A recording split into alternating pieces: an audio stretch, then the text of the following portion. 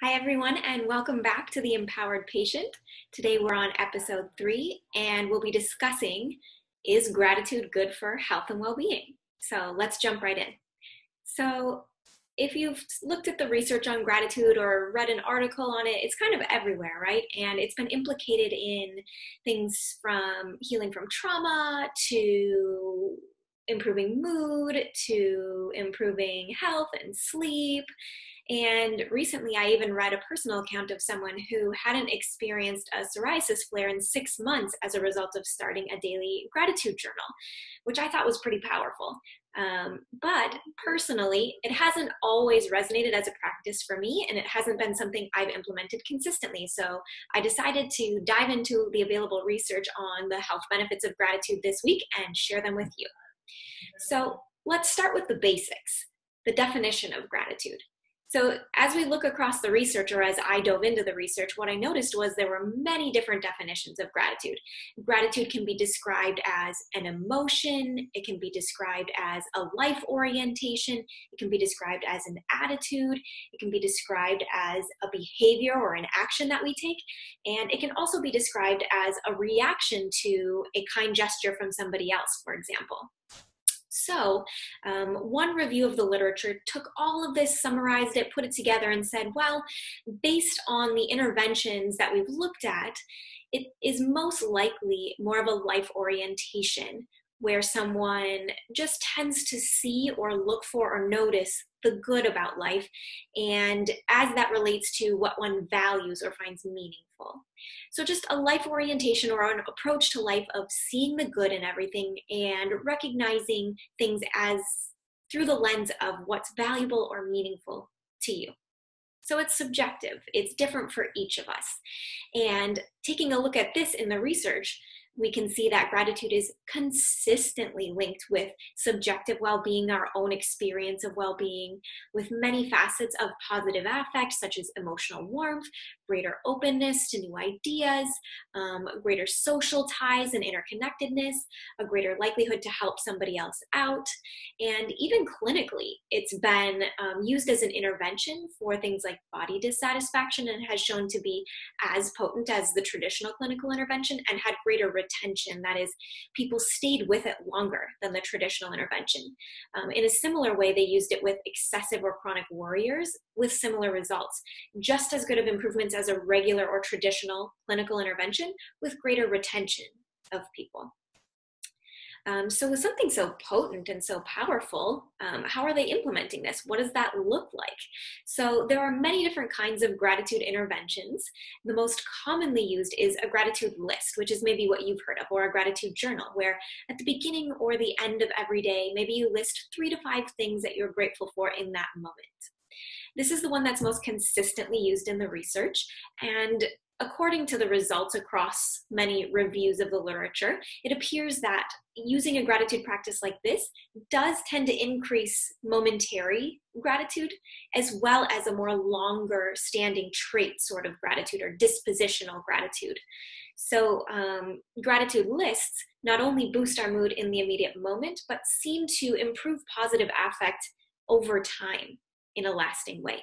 And this has been true in populations of PTSD patients, and it has also been shown to be a potent intervention for post-traumatic growth. So in one study, they looked at gratitude pre and post to individuals who experienced 9/11, and it appeared that those who had a gratitude practice had greater resiliency through that traumatic time.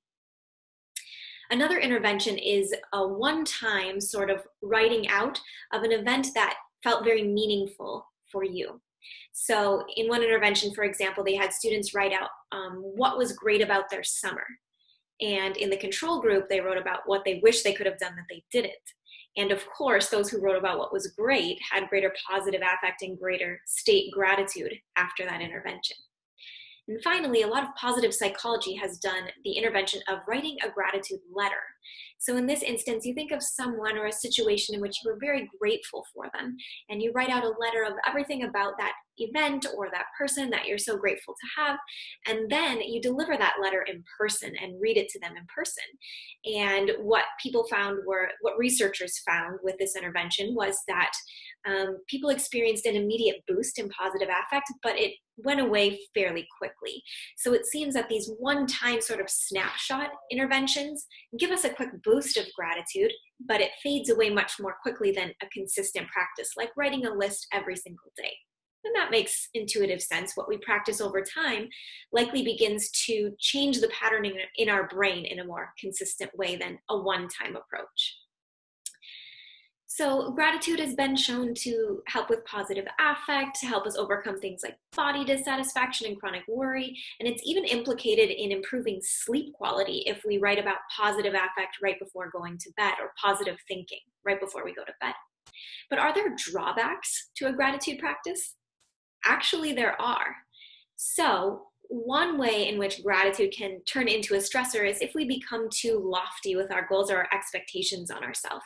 If you've already got a very crunched schedule and you've already got other practices in place, and then you decide you're going to write out 3 pages of gratitude every single night, it can become overwhelming if that feels like too much for you. For some people, that feels perfect. But find an approach to gratitude that feels reasonable and doable for you. Another way in which gratitude can become counterproductive is if it's inflected with guilt. So this is talked about a lot in the research. Gratitude is not the same thing as feeling indebted to someone. It's more of a positive sort of thankfulness and appreciation for that kind act in the moment. But if you begin to feel overwhelmed or even resentment toward that person, there could be some indebtedness along with that gratitude.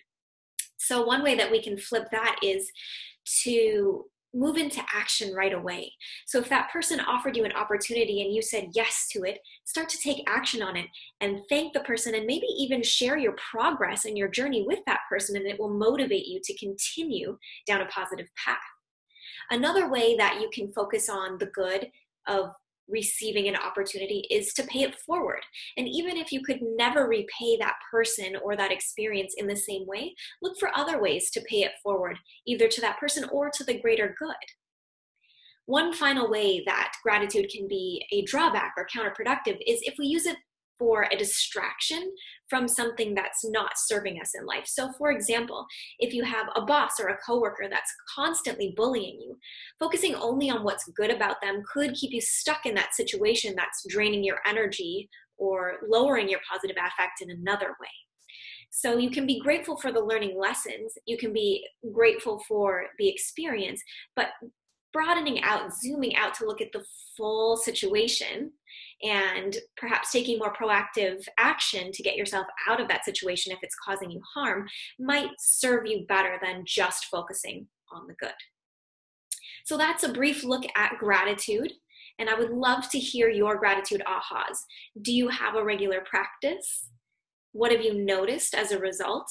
What type of practice do you like best? And if you had an aha in reading the blog or listening to this video, I would love to hear from you by commenting below. If you're liking these Empowered Patient videos, I would love for you to subscribe to the channel. And I would love to hear from you. What are you currently working on in your health? What topics are you confused about? What would you like a deeper research guide to dive into? Comment below and we'll keep those topics rolling. That's it for now.